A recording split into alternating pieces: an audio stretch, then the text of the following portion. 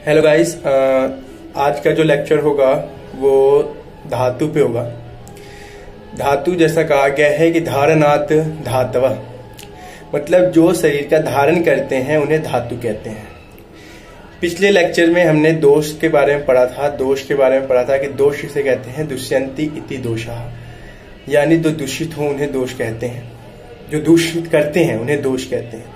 ये जिसको दूषित करते हैं या जिसको पोषित करते हैं वो है धातु, और यही धातु हमारे शरीर का धारण करते हैं। इसलिए धातुओं को दुष्य कहा गया है, क्योंकि दोष जो होते हैं वो इन धातुओं को ही दूषित करते हैं।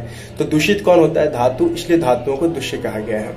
तो आज के लेक्चर में हम अष्टांग हृदय सूत्र स्थान के अकॉर्डिंग जो भी धातु के बारे में बताया गया है, सामान्य कर्म, उनके वृद्धि कर्म और क्षय कर्म, ये सब पढ़ेंगे।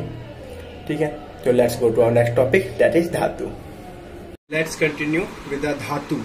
तो सबसे पहले इसको शुरू करने से पहले जहां हमने दोष खत्म किया था पहले अध्याय में, उसके बाद एक 12वां नंबर श्लोक था जो है संसर्ग सन्निपातश्च तद्वितृक्ष्य कोपतः।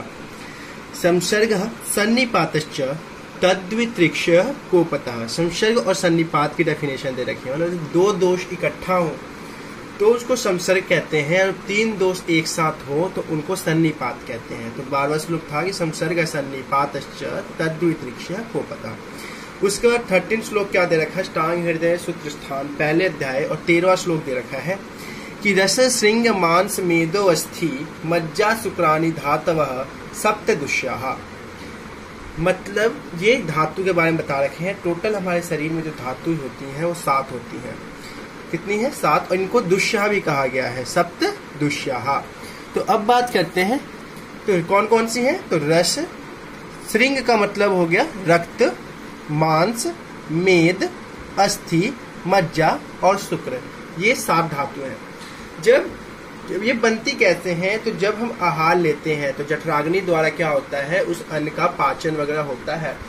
जब पाचन होने के बाद वो जो है सार और किट 2 भागों में बढ़ जाती है, तो व्यान वायु उसके, ठीक है, 2 भागों में बढ़ जाती है।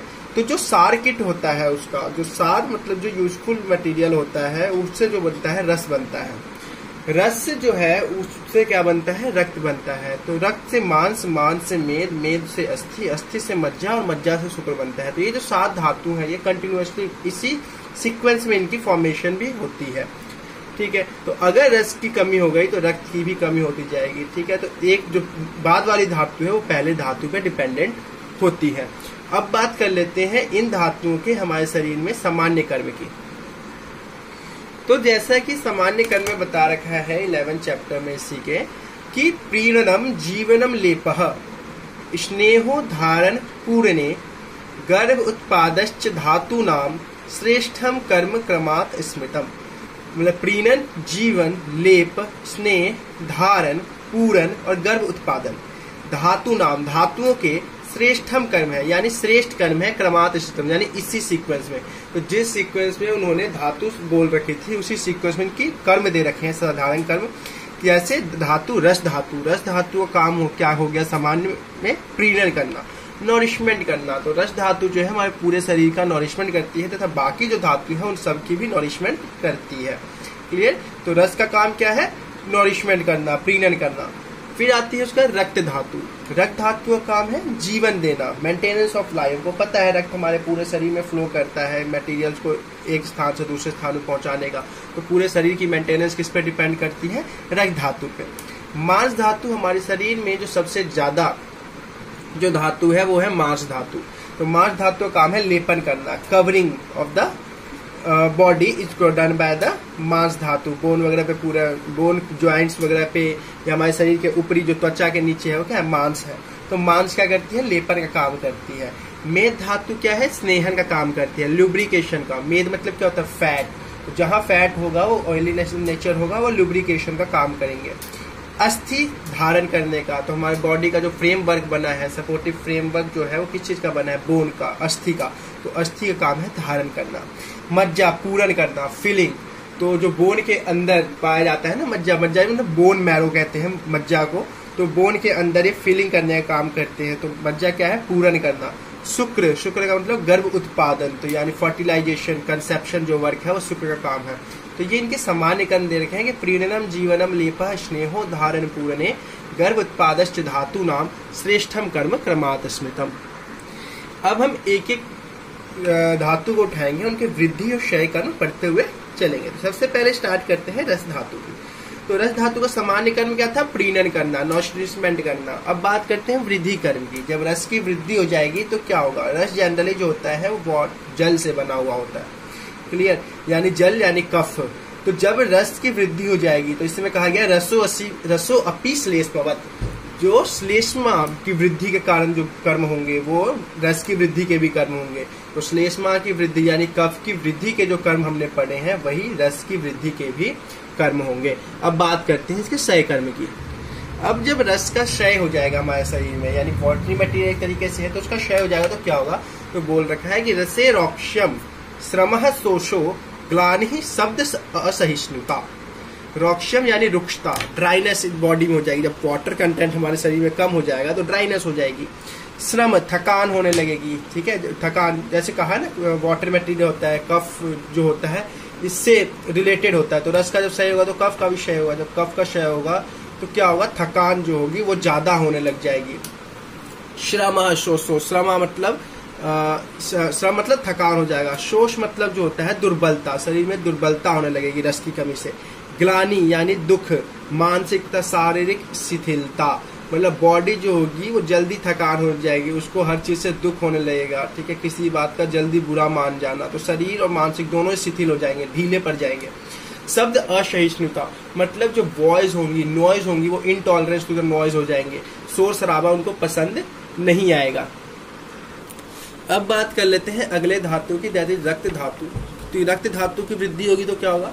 बोल रखा है कि रक्तम विसर्प प्लीह विद्रधि कुष्ठ वातास्त्र पित्तास्त्र गुल्म उपकुश कामलाः व्यंग अग्नि नाश समोह रक्तत्वंग नेत्र मूत्रताः।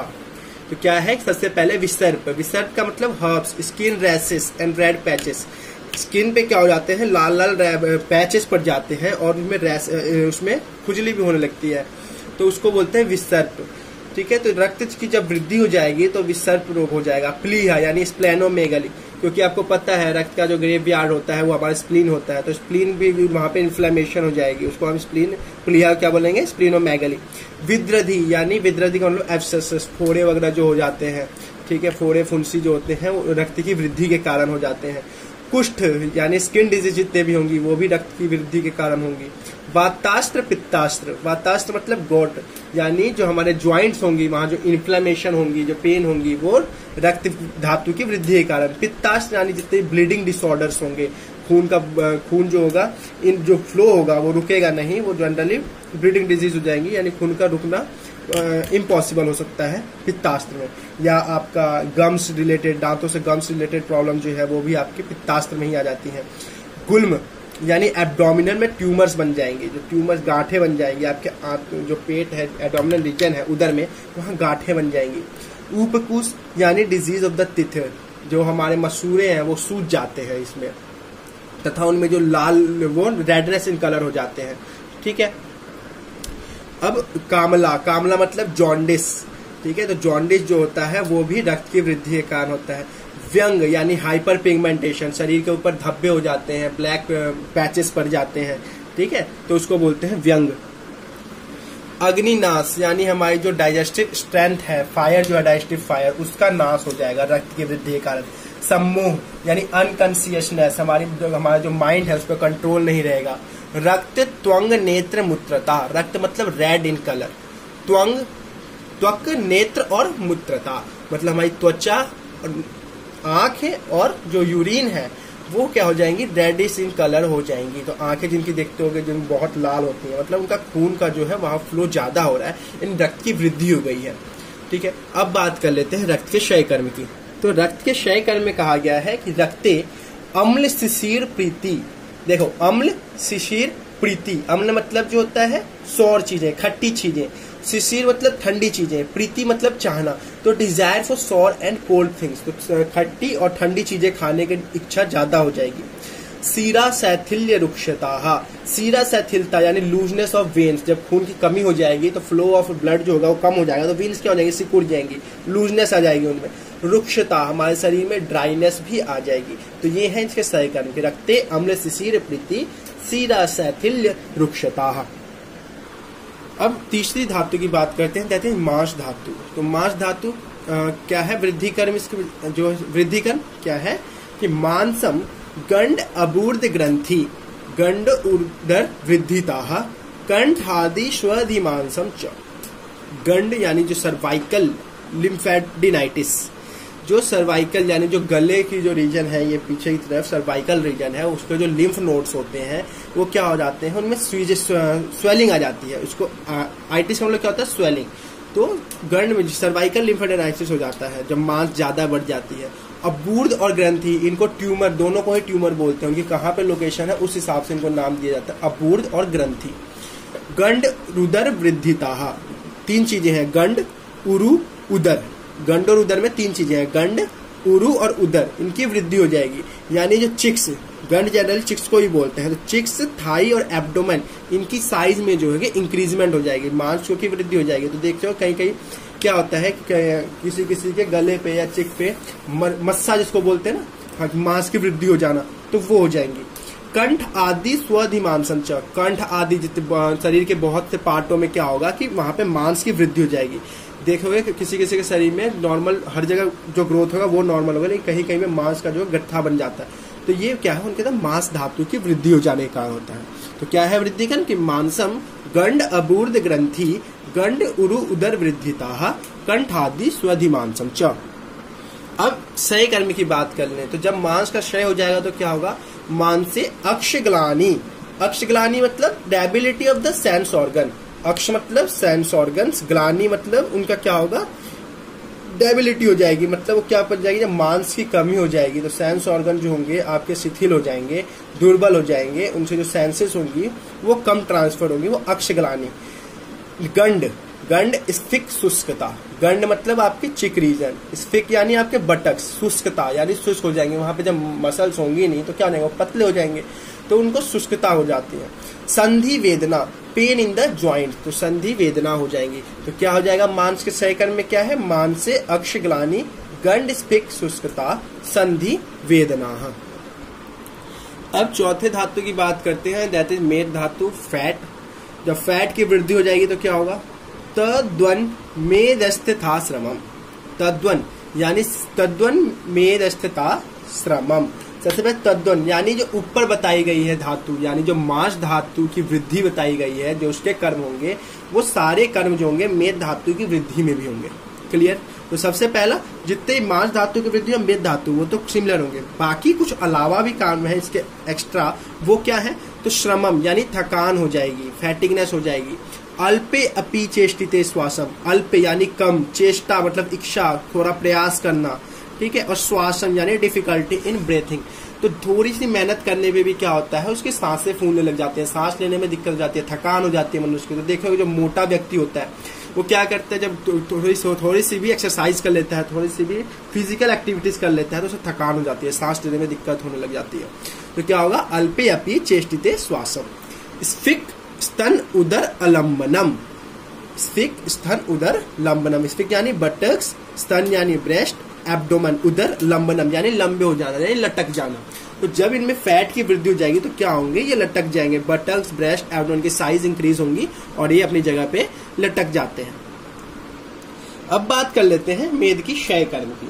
तो जब फैट जिस मनुष्य में बिल्कुल नहीं हो, क्षय हो जाए तो क्या होगा, तो मेद सी स्वप्नम कटया, स्वप्नम कटया यानी लॉस, स्वप्नम लॉस एंड कटी, कटिया यानी कटी रीजन। तो कटी रीजन किसको बोलते हैं, आपका वेस्ट रीजन जो होगा, तो वहां पे क्या होगा, लॉस ऑफ सेंसेशन हो जाएंगी। तो स्वप्नम कटिया। प्लीहो वृद्धि, प्लीहो वृद्धि यानी प्लीहा मतलब किसको, स्प्लीन बोला गया है, तो इनलार्जमेंट ऑफ द स्प्लीन, तो स्प्लेनोमेगली इस कंडीशन में भी हो जाएगी, मेद के क्षय में भी स्प्लेनोमेगली हो जाता है। कृशांगता, कृशांगता यानी इमेशिएशन ऑफ द बॉडी, कृष्णता मतलब क्या होता है, दुबलापन, पतलापन, तो अंग जो होंगे वो क्या हो जाएंगे, बिल्कुल पतले हो जाएंगे, क्योंकि फैट तो बिल्कुल नहीं होंगी ना, तो क्या हो जाएंगे, बिल्कुल पतले हो जाएंगे। क्लियर। तो मेद सी स्वप्नम कटिया, प्लीहो वृद्धि, कृशांगता। अब बात करते हैं अस्थि धातु की। अस्थि जो बोन है, सपोर्टिंग फ्रेमवर्क काम करता है सामान्य कण में, जब वृद्धि हो जाएगी तो क्या होगा? अस्थ, इसका ध्यान से पढ़िएगा श्लोक, कैसे पढ़ेंगे देखो, अस्थि, इसको नॉर्मली अस्थि पढ़ो, अस्थि अधि अस्थि, अस्थि अधि अस्थि अधि दंतांश, यानी अस्थि की जब वृद्धि हो जाएगी तो क्या होगा? अधि अस्थि, अधि मतलब ओवर ग्रोथ, अधि मतलब जो होता है अधिक हो जाना, तो over growth of the bones, bones जो होंगी उनकी ओवर ग्रोथ हो जाएगी, क्योंकि अस्थि धातु जब ज्यादा हो जाएंगी तो क्या हो जाएगा? अस्थि में अधि अस्थि, अधि दंतांश, एक्स्ट्रा टीथ ग्रोथ होने लगेंगी। ठीक है, तो जो नॉर्मल जो 32 हमारे दांतें होते हैं उससे ज्यादा, या फिर उनकी ग्रोथ देखते हो किसी किसी की बाहर दांतें निकल जाती हैं, ये क्यों होती है? ड्यू टू बोन्स, अस्थि जो होती है ज्यादा हो जाती है। तो अस्थि अधि दंतांश। अब क्षय कण में क्या है? अस्थन्य अस्थि तोदह, अस्थन्य अस्थि तोदह मतलब पेन्स इन द बोन, जब बोन की कमी हो जाएगी तो क्या होगा? आपकी अस्थि की जब कमी होगी, अस्थि धातु की, धातु क्या करेगा? मेंटेन करेगा उसको, जब धातु की कमी हो जाएगी तो अस्थियों में क्या होगा? दर्द होना चालू हो जाएगा। तो स्थन्य अस्थि तोदह, सदनम यानी गिरना, दंत केस नख आदिसु, दंत केस और नख आदि जो होंगे ये क्या होंगे? इनका गिरना चालू हो जाएगा, जिन बाल झड़ने चालू हो जाएंगे, तिथ गिरने, दांत गिरने चालू हो जाएंगे, नेल्स की वृद्धि नहीं हो पाएगी।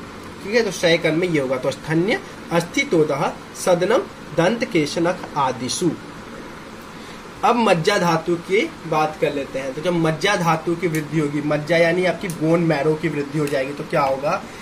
मज्जा नेत्र अंग गौरवम, नेत्र और अंग में हैवीनेस आ जाएगी, आपकी जो आईज होंगी और बॉडी में उनकी हैवीनेस आ जाएगी। मज्जा के वृद्धि से क्या होगा? नेत्र अंग गौरवम।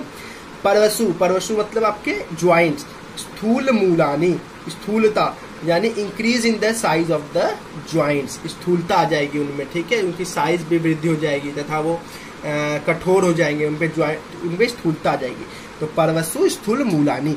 कुर्यात यानी करेंगे क्या? कृच्छान, कृच्छ मतलब होती है जो बहुत लंबी, जो कृच्छ मतलब बहुत मुश्किल से ठीक होने वाली। और उनसी, और उनसी मतलब होता है आपके अल्सर्स, घाव।